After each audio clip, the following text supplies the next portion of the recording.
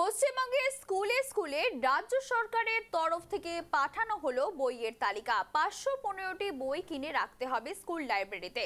এই বইগুলোর মধ্যে 19টি বই মুখ্যমন্ত্রী মমতা বন্দ্যোপাধ্যায়ের নিজের লেখা। তালিকায় মা থেকে কথাঞ্জলি সহ একাধিক বইয়ের তালিকা। রবীন্দ্রনাথ ঠাকুর, সত্যজিৎ রায়, অ্যালবার্ট আইনস্টাইন, বঙ্কিমচন্দ্র চট্টোপাধ্যায়, স্বামী বিবেকানন্দের সঙ্গে লাইব্রেরিতে মুখ্যমন্ত্রীর বই। স্কুলে স্কুলে পৌঁছে গেল সরকারের বইয়ের তালিকা। উপলব্ধি থেকে ক্রোকোডাইল আইল্যান্ড, পল্লবী থেকে পথের সাথী, মা থেকে কথাঞ্জলি। স্কুলের গ্রন্থাগারে রাখতে হবে মুখ্যমন্ত্রীর বই। সরাসরি রয়েছে আমাদের প্রতিনিধি জয়দীপ বাগ। জয়দীপের সঙ্গে রয়েছেন অবসরপ্রাপ্ত প্রধান শিক্ষক বিশ্বনাথ দত্ত।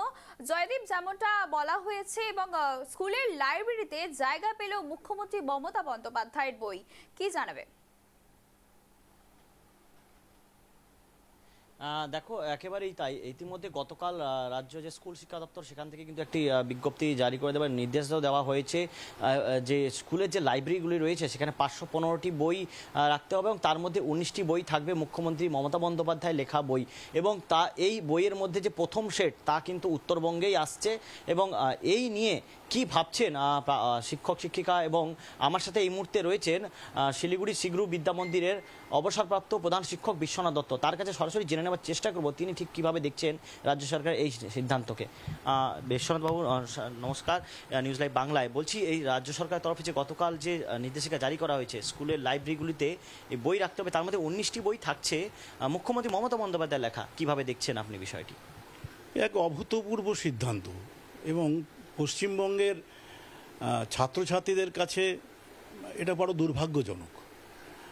এক তো রাজ্য সরকার জানেনই না হয়তো যে আমাদের রাজ্যের যে স্কুলগুলোর পরিকাঠামো কী অবস্থায় রয়েছে, স্কুলগুলোতে লাইব্রেরির কী দশা, কটা স্কুলে লাইব্রেরিয়ান আছে, এই তথ্যটাই সম্ভবত পশ্চিমবঙ্গ সরকারের কাছে নেই আমার মনে হচ্ছে। দ্বিতীয়ত, স্কুলগুলোর যে পরিকাঠামো রয়েছে সেই পরিকাঠামোতে এই মুহূর্তে শিক্ষক সংখ্যার বড্ড অভাব। একাদশ দ্বাদশ শ্রেণী মানে হায়ার সেকেন্ডারিতে বিষয় শিক্ষক বহু স্কুলে নেই বললেই চলে। সেখানে দাঁড়িয়ে যে ন্যূনতম যে সহযোগিতাটা পরিকাঠামোগত করার প্রয়োজন ছিল সেটাকে বাদ দিয়ে এই সিদ্ধান্ত, এটা অনেকটা মনে হচ্ছে আমার যেন একটা ব্যবসায়িক উদ্যোগ। অর্থাৎ নাগরিকদের দেওয়া করের টাকাকে নিয়ে একটা মোৎসব হবে এখানটা। এবং আমার মনে পড়ে আমরা যখন ছাত্রজীবন আমরা যখন বড় হয়ে উঠছি, আমাদের সেই সময়টা ছিল রবীন্দ্রনাথ, বঙ্কিমচন্দ্র, শরৎচন্দ্র। আমাদের সেই সময়ের যারা সাথী ছিলেন, যাদের লেখা পড়ে, যাদের সাহিত্য পড়ে আমরা বড় হয়েছি, কবি সত্যেন্দ্রনাথ দত্ত, কবি শেখর কালিদাস রায়, নজরুল, সুকান্ত, এবং এদের লেখার মাঝখান থেকে সেই সময়টা অর্থাৎ বাল্য এবং কৈশোরটা গড়ে উঠেছিল পশ্চিমবঙ্গের ছাত্র যুবদের। আজ এই সময়ে দাঁড়িয়ে পশ্চিমবঙ্গের শিক্ষা এই জগৎটা বড় কলুষিত হয়ে যাচ্ছে।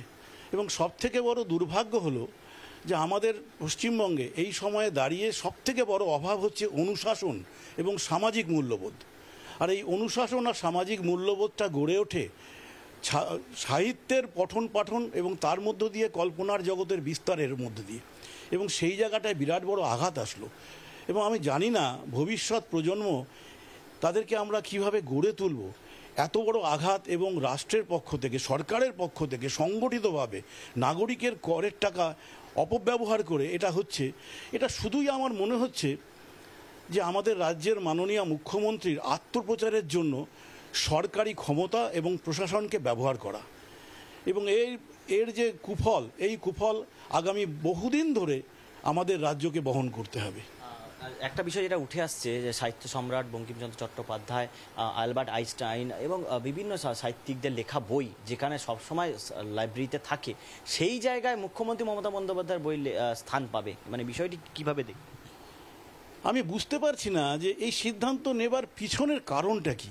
হয়তো বইগুলো বিক্রি হচ্ছিল না। মুখ্যমন্ত্রী অনেক কিছু লেখেন এবং আবোল তাবোলই লেখেন, সে বইগুলো বিক্রি হচ্ছিল না। তো এই যে একটা ননসেন্স লিটারেচার, এটা বিক্রি হচ্ছিল না, তাকে বিক্রি করতে হবে।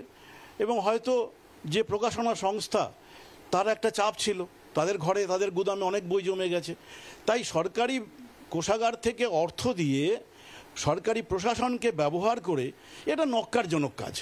এটাকে সমর্থন তো আমার মনে হয় না পশ্চিমবাংলা কেন গোটা ভারতবর্ষের শিক্ষক এবং শিক্ষিত অংশের মানুষ এটা সমর্থন করতে পারবেন। আমার বড় দুশ্চিন্তা হচ্ছে আমাদের রাজ্যের ভবিষ্যৎকে নিয়ে, যে এইভাবে আমাদের তো অনেক অভাব রয়েছে, ঠিকই আমাদের পরিকাঠামোর অভাব রয়েছে, সিলেবাসে আমাদের অনেক কিছু নতুন করবার সুযোগ রয়েছে, সেখানে দাঁড়িয়ে এবং সবথেকে বড় যে কথাটা আমি বারবার বলবো, পশ্চিমবঙ্গের কটা স্কুলে লাইব্রেরি আছে এবং সেই স্কুলের লাইব্রেরিগুলোর কি অবস্থা সরকারের কি সেটা জানা আছে? এবং লাইব্রেরিয়ান কজন আছেন এবং সেই লাইব্রেরি স্কুলে ব্যবহৃত হয় কিভাবে, এই দিকটা নজরদারি দরকার ছিল। এবং দরকার ছিল পরিকাঠামো উন্নয়নের মধ্য দিয়ে স্কুলগুলোর লাইব্রেরি, ল্যাবরেটরি এবং শিক্ষকদেরকে আর নিয়োগের মধ্য দিয়ে আরও বেশি করে এই পরিকাঠামো উন্নয়ন করা। তা না করে অবিকৃত বই, যে বইগুলো বিক্রি হচ্ছে না, মানে এই স্বৈরাচারের কোন স্তরে গেলে পরে এমন সিদ্ধান্ত হয় আমি বুঝে উঠতে পারছি না।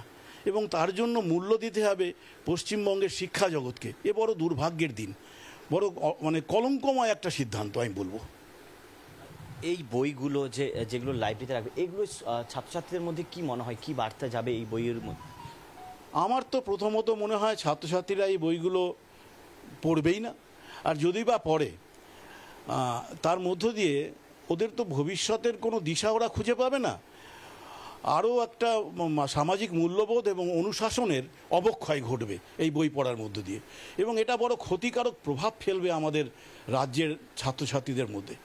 এবং আমার মনে হয় সরকারের উচিত এই মুহূর্তে, অন্তত সরকারের যারা পরামর্শদাতা তারা এই পরামর্শ দিক যে সরকার এই সিদ্ধান্তের থেকে পিছিয়ে আসুক, এবং যদি বই পড়ার উৎসাহ বাড়াতেই হয় তবে আমাদের বাংলা সাহিত্য অনেক সমৃদ্ধ, এবং বাংলা সাহিত্যের যে সমস্ত দিশারি লেখক রয়েছেন তাদের লেখাগুলোকে নিয়ে অবসর সময়ে ছাত্রছাত্রীরা যাতে পড়তে পারে, তাই সেই পড়ানোর উদ্যোগটা রাজ্য সরকারের নেওয়া উচিত। বরঞ্চ এই যে সিদ্ধান্তটা তারা নিয়েছেন যে রাজ্যের মুখ্যমন্ত্রীর 19টি বইকে স্কুলগুলো লাইব্রেরিতে রাখতে হবে, সেই জায়গাটা অবিলম্বে প্রত্যাহার করা উচিত আমার মনে হচ্ছে।